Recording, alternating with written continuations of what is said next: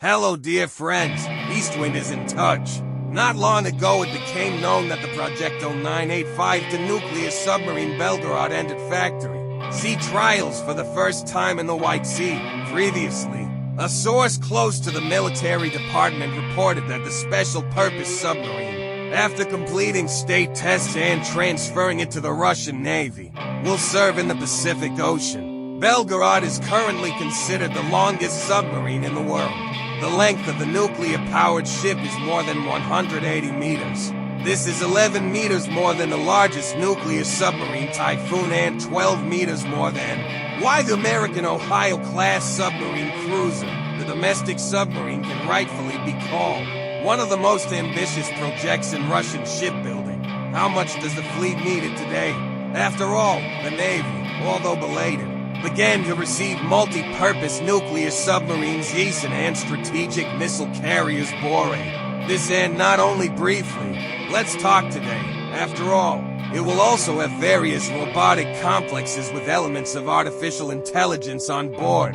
Initially, the Belgorod nuclear-powered submarine was created to combat enemy surface groups. It was supposed to carry 20 Granite cruise missiles. It was planned that the submarine would become the 14th in the family of Project 949 and 949 of boats. Although the submarine was officially laid down after the collapse of the USSR on July 24, 1992, its construction actually began earlier. That is why Belgorod can be considered the last submarine of a departed superpower. Her fate was initially difficult, so in 1997, the construction of the submarine was stopped due to the difficult economic situation. Further, after the tragedy with the submarine Kursk in August 2000, the issue of replacing the lost submarine was considered for some time at the Belgorod construction site, but in the end they decided to build a nuclear-powered submarine for other purposes. On December 20, 2019, construction of the submarine resumed under the new Projecto 985-2. During the work, the submarine underwent major changes. In particular, its body was increased by 30 meters due to the insertion of new compartments. Thus, Belgorod became the longest submarine in the world. The compartments themselves were needed to accommodate a variety of underwater vehicles, as well as to release them into the marine environment underwater and receive them back.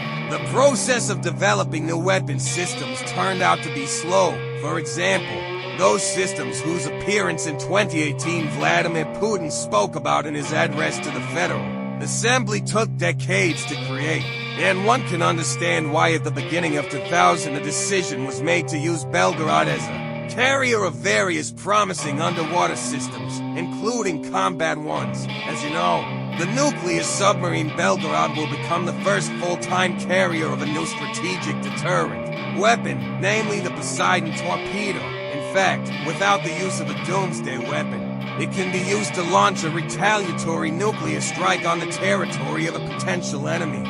Of course, he attacks first. The highest population density and the largest cities and industrial centers are located near the coastline. A nuclear explosion of enormous power on enemy territory, in addition to the damaging factors themselves, will also cause the appearance of huge tsunamis. It is also worth noting that the Poseidon system is already being tested on the Sarov submarine, and can also be used autonomously. In addition to Poseidon, many more underwater robotic systems are now being created in Russia, in particular the autonomous, uninhabited Clavicin device, which is capable of conducting research and search work at depths of up to 6,000 meters. Clavicin can search for underwater surveillance sensors located on the seabed. Interestingly, public images of Belgorod always show a hangar for this product, to practice anti-submarine operations and, most importantly, to camouflage and protect submarines. The Surrogate device was created in Russia. This is a submarine simulator with reproduction of its acoustic and magnetic fields. Such a technique will divert the enemy's attention to false targets during combat operations. It can be assumed that Belgorod will also carry it on board. In addition, the nuclear submarine is a carrier of the so-called nuclear deep-sea stations. For example, such as AC-31 Lashchuk. These miniature boats are designed to carry out a wide range of underwater technical work at extreme depths, according to some reports. Up to 6,000 meters or more. They can also be used to search for lost military equipment, detect or install a variety of underwater sensors, connecting or destroying communication cables, and more. I would like to note that the above systems are far from the only ones that are being created in the interests of the Russian Navy.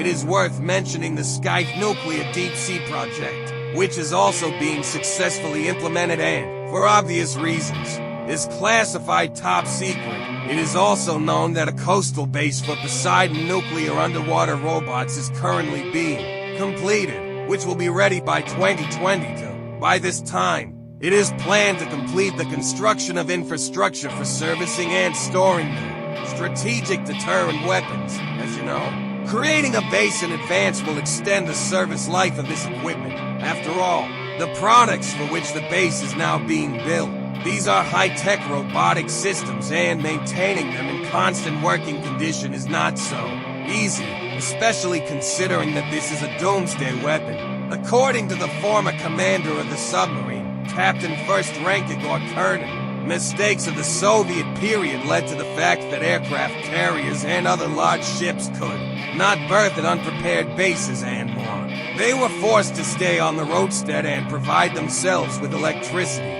The expert notes, as a result, it turned out that the ships had not even gone to sea yet and were already using up their motor resources. The submarines were located at bases built back in the 1950s. All this was, to put it mildly, inconvenient.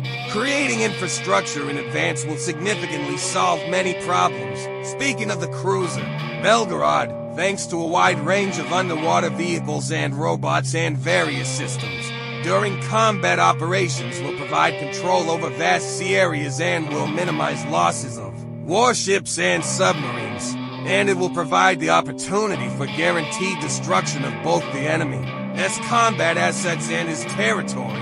Therefore, we can safely say that the commissioning of Belgorod, in general, takes the concept of naval warfare to a new level. And that's all, dear friends.